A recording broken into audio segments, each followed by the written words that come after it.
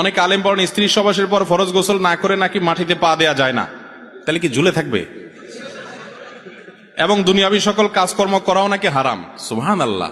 তো গোসল করবে কেমনে? সেটা তো একটা দুনিয়াবি কাজ। যেমন ব্যবসা বাণিজ্য, চাকরি, ভাই এগুলা সব মন গড়া মাসালা। মহিলারা তাদেরকে দুর্বল পাইয়া যে কত ফতোয়াবাজি আমাদের দেশে মহিলাদের বিরুদ্ধে চলে, ভুয়া। আবার একই কাজ পুরুষের জন্য কিন্তু না। কি ডেঞ্জারাস কথা চিন্তা করেন, এগুলো ভুয়া। ভাই গোসল ফরজ হলে ফরজ গোসল করার আগ পর্যন্ত অন্য নামাজের কোনো ওয়াক্ত না থাকলে দুনিয়ার কাজ করা যাবে। এই টাইমে ওযু করে নিয়ে তারপর অন্য কাজ করবেন, এটাই সুন্নাত। আর যদি দ্রুত গোসল করে ফেলতে পারেন সেটা বেশি ভালো। স্ত্রী সমাসের পর গোসল না করলে সংসারের অকল্যাণ হয়।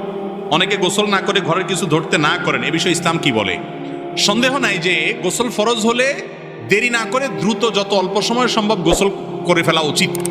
কারণ গোসল যখন মানুষের ফরজ হয় ওই সময়ে সে নানা কারণে আল্লাহর রহমত থেকে দূরে থাকে, নাপাক শরীর আছে।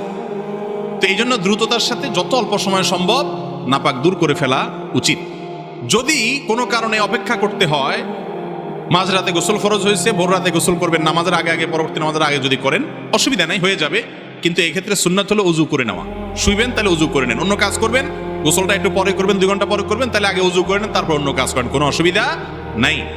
এক্ষেত্রে আপনার গোসল না করে কিছু ধরতে দেয় না। মহিলাদের ব্যাপারে এই ফতোয়াটা বেশি, তাই না? পুরুষ বেটা শুয়া নাক টানতেছে 11টা পর্যন্ত, কেউ কিছু বলে না। ওই বেচারে কিছু ধরতে গেলেই বেয়াদব খবিশ, গোসল কর, গোসল না করলে সব অকল্যাণ হবে।